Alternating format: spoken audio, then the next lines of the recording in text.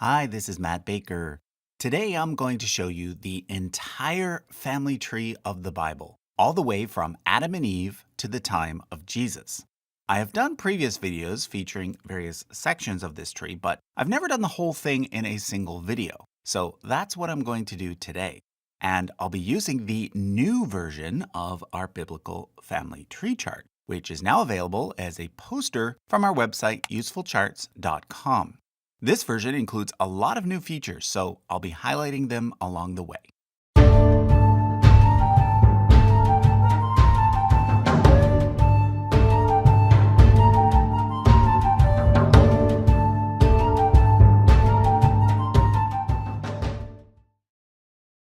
At the top of the tree is, of course, Adam and Eve, who, according to the Bible, were the first two humans created by God.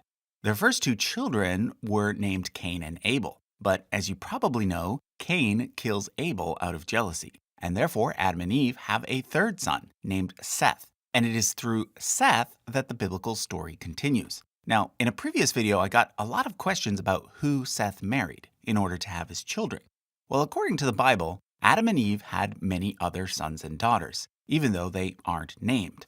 So, based on tradition, the assumption is that Seth would have married one of his sisters, and that subsequent generations would have married their cousins, and so on. Now, I should point out that in this video, I'm not going to be discussing whether or not the early parts of this tree are literary or literal history. I'll leave that decision up to you. If you want to hear my take, I'll link to some previous videos in the description, where I do dive into that. But in this video, I'm just going to follow the tree as it is described in the Bible.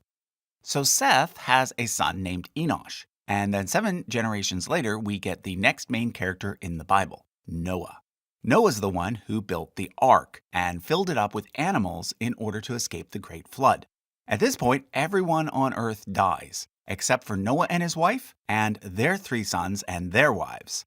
So there are 8 people in total who then go on to repopulate the earth. The Bible doesn't mention the name of Noah's wife or his daughters-in-law, but we do know that his 3 sons were named Shem, Ham, and Japheth. Shem has 5 sons, Ham has 4, and Japheth has 7, for a total of 16 grandsons for Noah. In most cases, the names of these 16 grandsons match the names of nations that would eventually form in the Near East, such as Asher, which corresponds to Assyria, Mizraim, which corresponds with Egypt, and Javan, which corresponds to Greece. But it is in the line of Shem's son Arphaxad that the Bible focuses on. He has a son named Selah, who has a son named Eber, which is perhaps the basis for the word Hebrew. 5 generations down from Eber, we get a man named Terah, who lives in Mesopotamia, which is modern-day Iraq. And he has 3 sons, named Abraham, Nahor, and Haran. Haran dies in Mesopotamia, and sometime after this, the rest of the family, including Haran's son Lot, decides to move to the land of Canaan, which God had promised to Abraham and his descendants. Canaan basically corresponds to modern-day Israel and Palestine. Terah dies along the way in Syria, and this is where Nahor decides to settle. However, Abraham and Lot continue on to Canaan. Abraham's main wife was a woman named Sarah, and eventually we learn that she is also his half-sister. So presumably, she was a child of Terah through a different mother. Sarah has trouble having a child, so she gets Abraham to marry her servant Hagar, who gives him a son named Ishmael. But eventually, Sarah has a son as well, miraculously, at age 90. That son is named Isaac and becomes Abraham's main heir. After Sarah dies, Abraham then marries for a 3rd time to a woman named Keturah, and they have several sons, one of whom is named Midian. Isaac ends up marrying Rebekah, who is the granddaughter of Nahor, and thus is his first cousin once removed. Together, they have 2 sons, Jacob and Esau. Jacob, whose name is later changed to Israel, becomes the progenitor of the Israelites, which is why Abraham, Isaac, and Jacob are known as the 3 patriarchs, or fathers. However, before we look at the Israelites, let me point out some other people groups who, according to the Bible, were distantly related to them. Later, once the kingdoms of Israel and Judah are established, their closest neighbors will be the kingdoms of Moab, Ammon, and Edom. According to the Bible, the Moabites and the Ammonites are the descendants of Lot, whereas the Edomites are the descendants of Esau. Further south are the Midianites, who, as you probably guessed, are the descendants of Midian. And then below them are the Arabs, who are the descendants of Ishmael.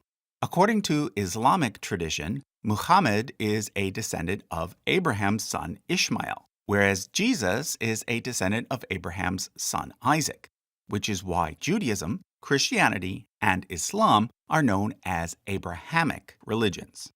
I should also point out Job at this point. The Bible is not clear on exactly how he connects to the tree, although he is generally thought to fit in sometime during the period of the patriarchs.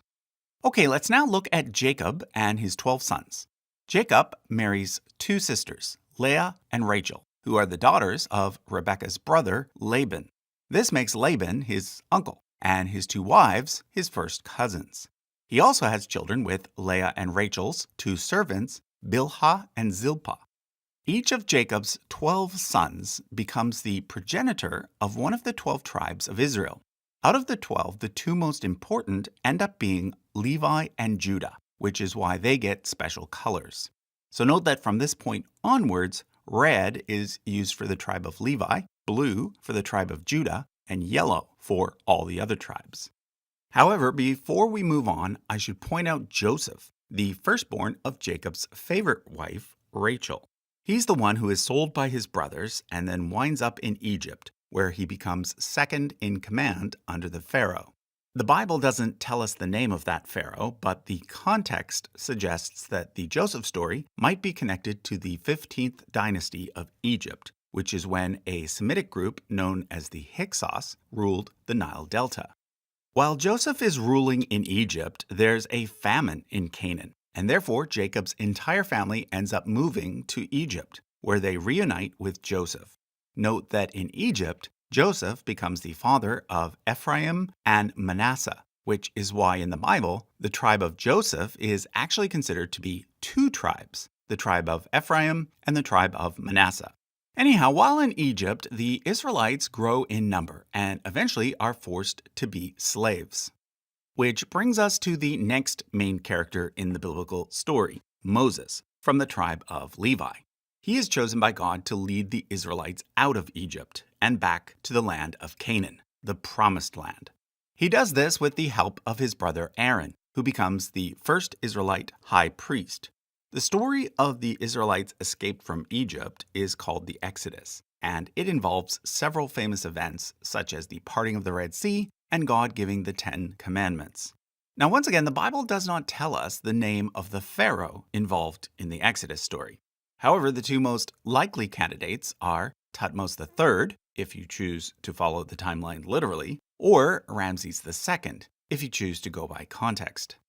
The Israelites end up wandering in the desert for 40 years, during which time Moses dies. And therefore, it is Joshua from the tribe of Ephraim who ends up leading the Israelites into the land of Canaan, where they conquer the locals and divide things up among the 12 tribes. Initially, each tribe has its own leaders, with special individuals called judges rising up from time to time whenever a coalition is needed. Some of the most famous judges include Gideon, Deborah, and Samson. It is sometime during this period that the Merneptah stele was made, which contains the oldest reference to the people of Israel outside of the Bible. It is named after Pharaoh Merneptah, the son of Ramses II. But returning to the biblical account, eventually the Israelites want a king. So a leader named Samuel from the tribe of Levi anoints Saul from the tribe of Benjamin. Note that Samuel, like Moses, is called a prophet. A prophet being someone who receives messages from God and communicates them to the people. So Saul becomes the first king of the Israelites. But God ends up being unhappy with him and later instructs Samuel to secretly anoint a boy named David from the tribe of Judah as his replacement. As a boy, David serves as a musician for Saul and then becomes popular with the people after killing a giant named Goliath. Eventually, Saul gets jealous and David has to go into hiding, even though David is best friends with Saul's son Jonathan and also ends up marrying Saul's daughter Michal. In the end, Saul and Jonathan die in battle, and David becomes king, although initially he was only king of his own tribe, as Saul's son Ishbosheth becomes king over the rest of Israel. But eventually David defeats Ishbosheth and becomes king of all 12 tribes. David makes Jerusalem his capital, and during his reign, he lusts after a woman named Bathsheba, having her husband killed so that he can marry her. With Bathsheba, he has a son named Solomon, who goes on to become the next king. However, before I move on, I should point out that the Bible includes an entire book dedicated to one of David's great-grandmothers, named Ruth. She was originally from the kingdom of Moab and is one of only 4 women mentioned in the Gospel of Matthew as an ancestor of Jesus. According to the Bible, Solomon reigns for 40 years and is the wisest man to ever live. He is credited as having written much of the book of Proverbs, in contrast to his father David, who is credited with having written many of the Psalms. However, most importantly, Solomon is said to have built the first temple in Jerusalem. He is said to have started the construction in the 4th year of his reign, 36 years before his death. Remember the number 36 because I'm going to come back to it shortly. After Solomon dies, Israel is divided into 2 kingdoms. His son Rehoboam rules over the kingdom of Judah in the south, and Jeroboam from the tribe of Ephraim rules over the kingdom of Israel in the north. You'll note that it is at this point on the chart that most names start to have a set of dates under them. These are not birth and death dates, but rather the dates for which a king reigned, or in the case of a priest, for when that priest served. So I want you to take note of the year 930 BCE. That's the year that both Rehoboam and Jeroboam start their reign. And it's the earliest biblical date that virtually all biblical scholars agree on, regardless of whether they are religious or secular. That's because from this point forward, all of the dates on this chart, as well as many of the people, can be verified using sources both inside and outside of the Bible. So for example, in 1 Kings chapter 14, it mentions an Egyptian pharaoh named Shishak, who reigns around the same time as Rehoboam and Jeroboam. From Egyptian records, we know that there was indeed a pharaoh named Shoshank, who reigned from 943 to 922 BCE. So that's a match. Also note that on this chart, I use BCE and CE instead of BC and AD. Basically, these 2 sets of terms can be used interchangeably. So whenever I say BCE, know that it means the same thing as BC. Nowadays, BCE and CE are the standard terms used in academic publishing. So that's why I use them instead of BC and AD. Okay, at this point, let me now explain the timeline on the left of the chart. The year 930 BCE marks the start of the section labeled Historical Dates. Again, these are dates that everyone agrees on. However, above this, I've also included some speculative dates, which I've labeled Christian literalist dates.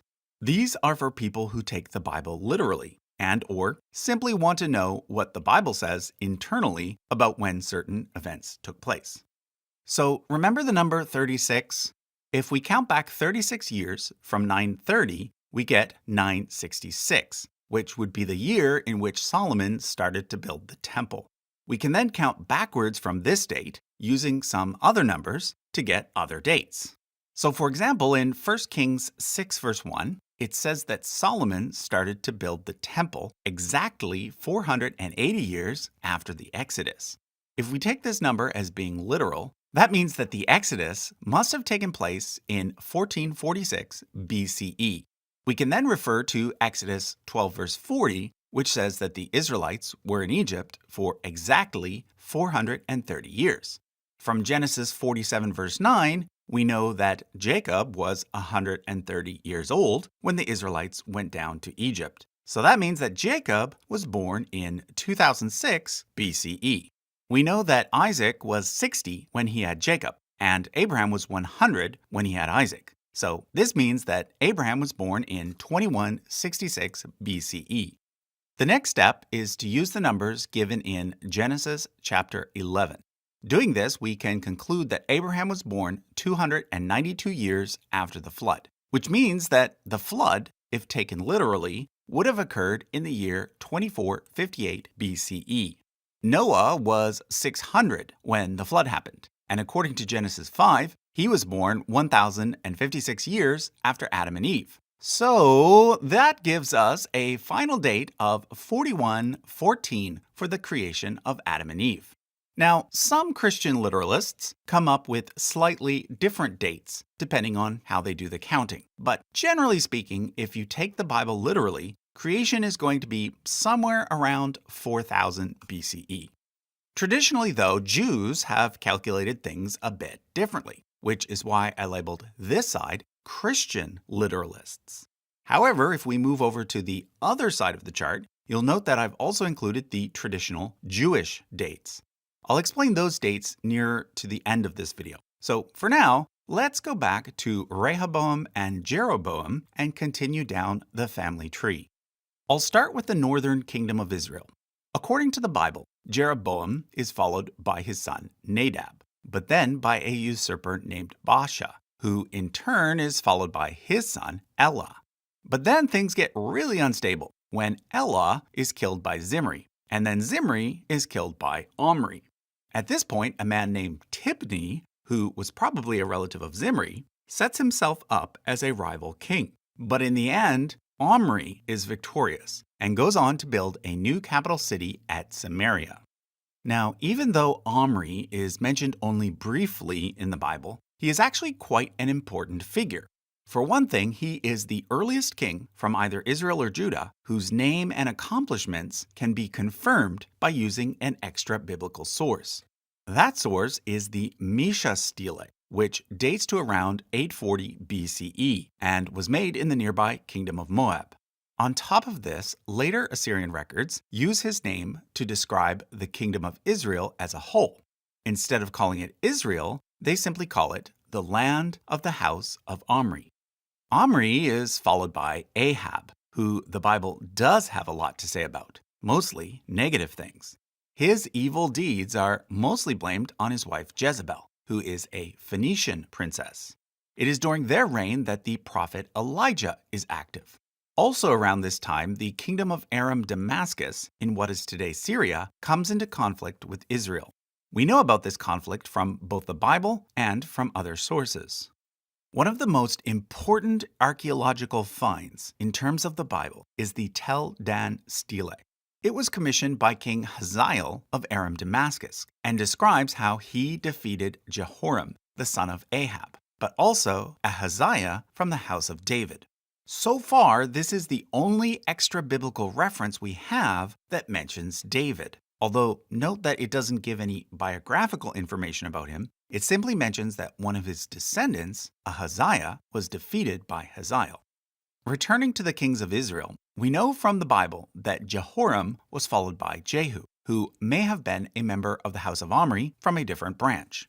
He holds the distinction of being the only king of either Israel or Judah for whom we have a contemporary depiction. An Assyrian record called the Black Obelisk shows him bowing down to Shalmaneser III, which indicates that Israel became a vassal of Assyria at this point, probably in return for Assyria helping them to defeat Hazael. Jehu is followed by 4 of his descendants before things start to go downhill. There's a series of 5 final rulers before Samaria is completely destroyed in 722 by the Assyrians. According to the Bible, it is King Shalmaneser V who conquers them. It also mentions a King So of Egypt, who reigns around the same time.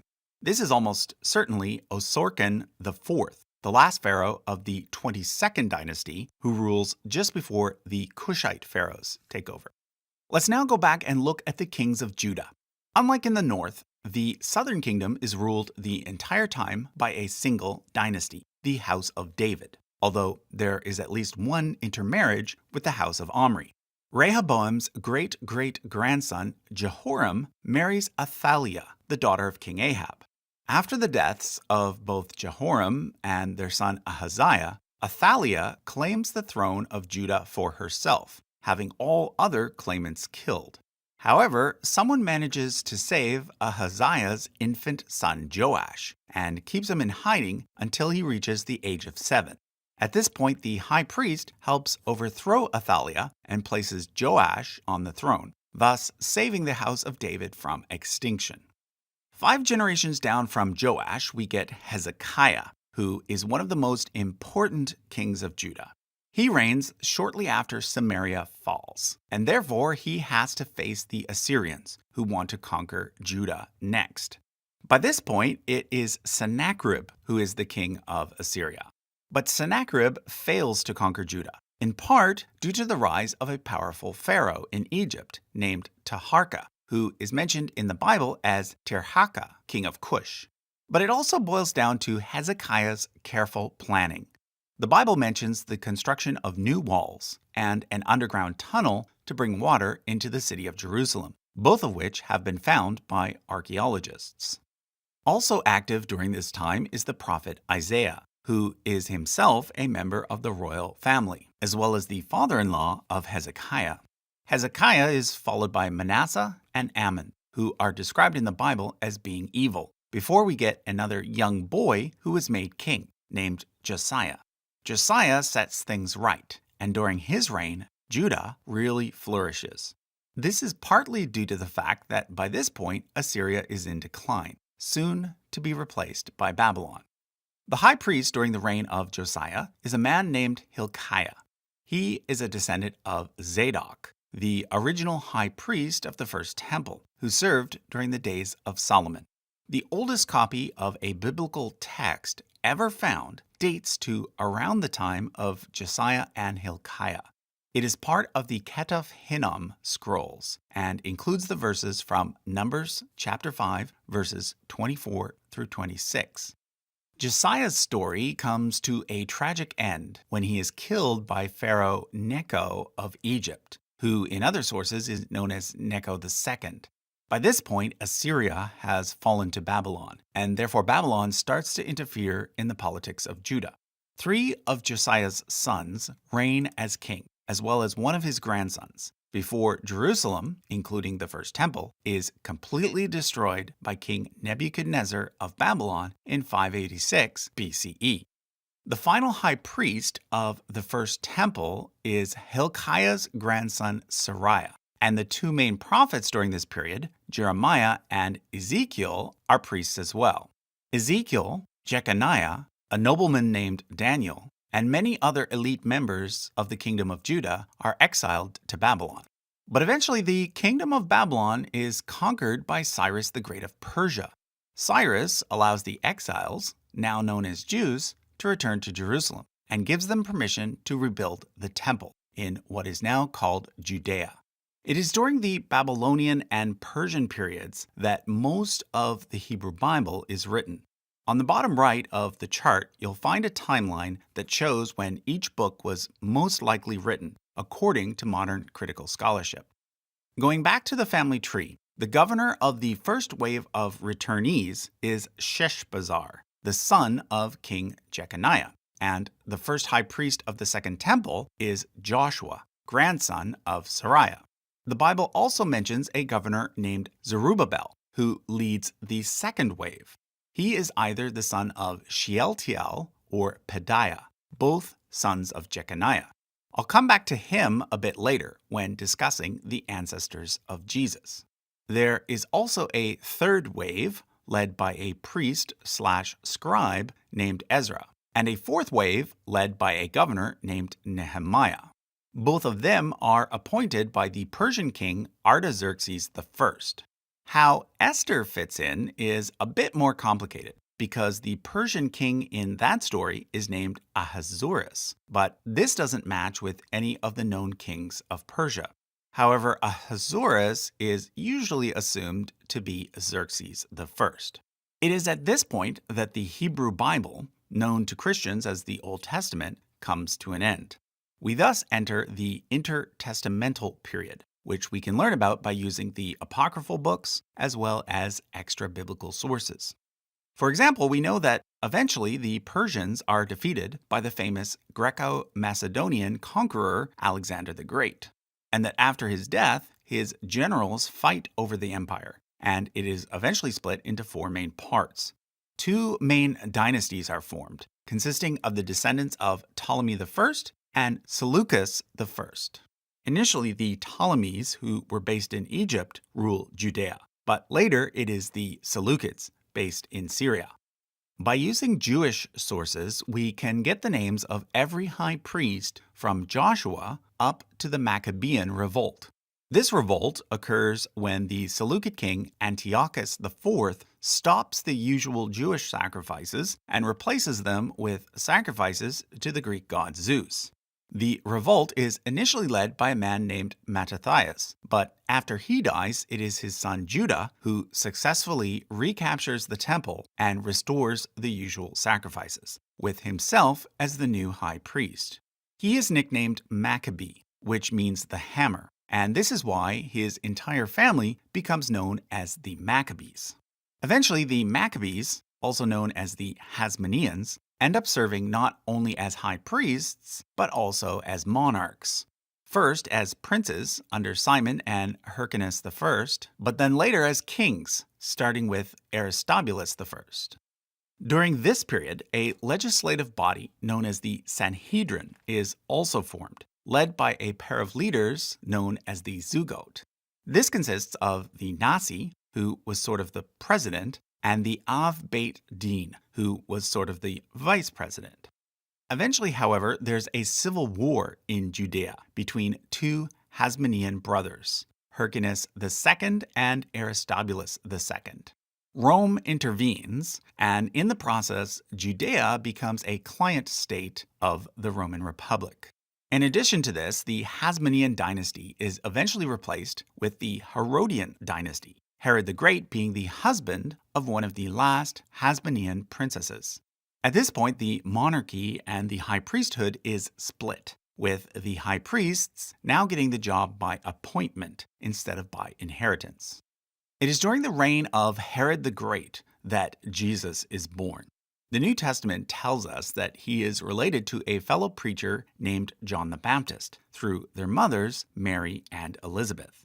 According to Catholic tradition, Mary's mother's name was Anne, and presumably Anne and Elizabeth's mother were sisters, making Mary and Elizabeth first cousins and Jesus and John the Baptist second cousins.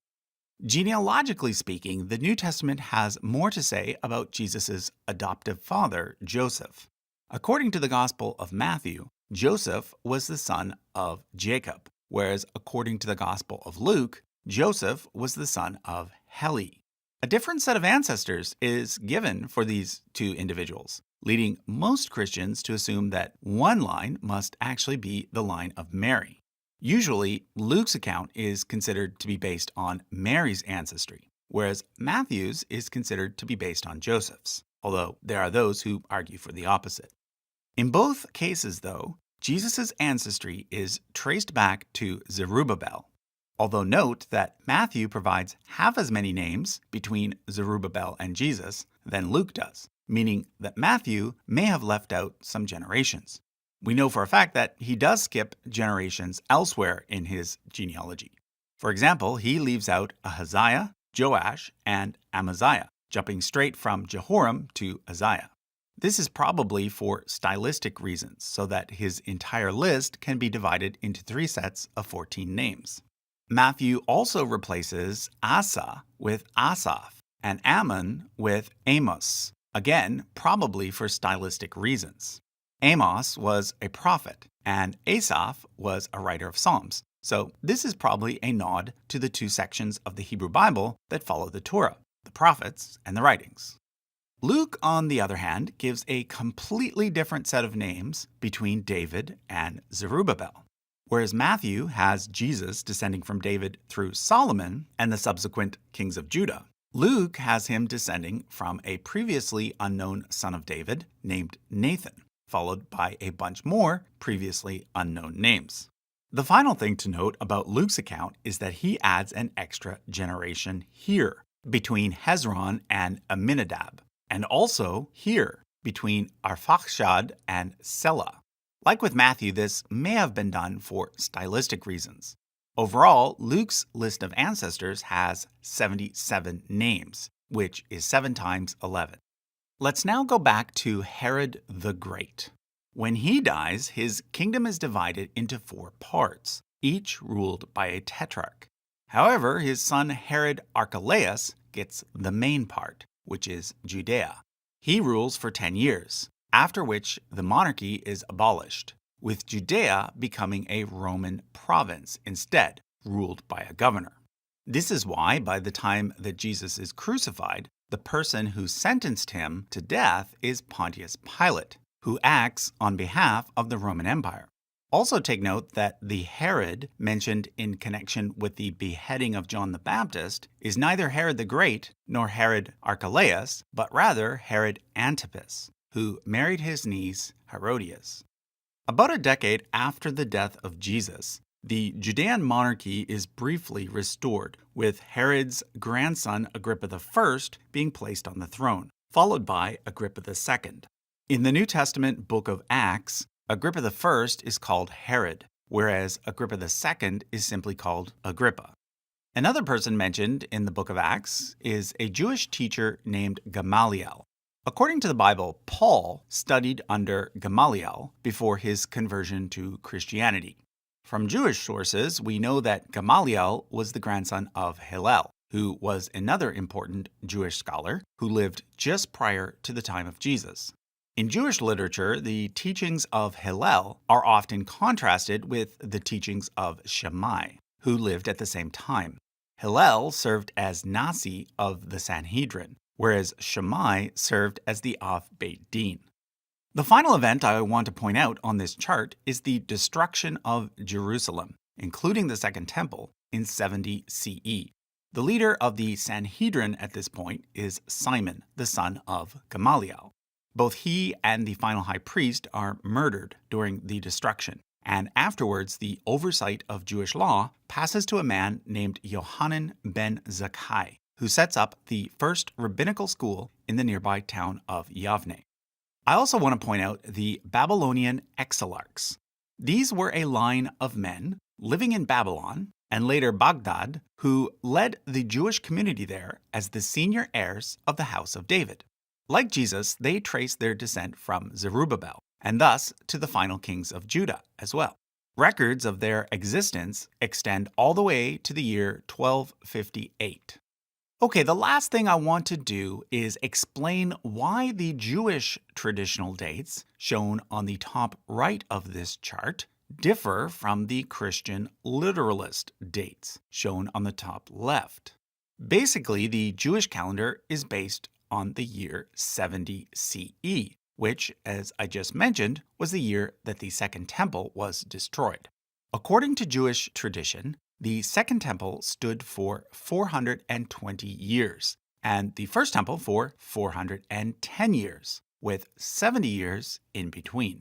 This gives us a total of 900 years, which places the construction of the temple in the year 830 BCE, which is more than 100 years off the date I mentioned earlier. If we count back 480 years from 830, we get the date 1310, which is the traditional Jewish date for the Exodus. Again, more than 100 years off the date that most Christian literalists use. But it's the next part where the Jewish counting really differs. As I mentioned earlier, Exodus 12 verse 40 mentions that the length of time that the Israelites lived in Egypt was 430 years. However, according to the rabbis, the original verse read, "The length of time that the Israelites lived in Egypt and Canaan was 430 years." This means that if we count back 430 years from the Exodus, we come to the year that Abraham went down to Canaan, rather than the year that Jacob went down to Egypt. This cuts a further 215 years off the timeline and puts the birth of Abraham at 1815 BCE. From here, we can use Genesis 5 and 11 to go back 390 years to the birth of Seth, another 500 years to go back to the birth of Noah, and an additional 1,056 years to reach the date of creation, which Jews traditionally place at 3761 BCE. Okay, so that was a look at the entire family tree of the Bible, all the way from Adam and Eve to the time of Jesus. Once again, if you want to buy a copy of this chart as a poster, you can do so right now by visiting usefulcharts.com. Thanks for watching.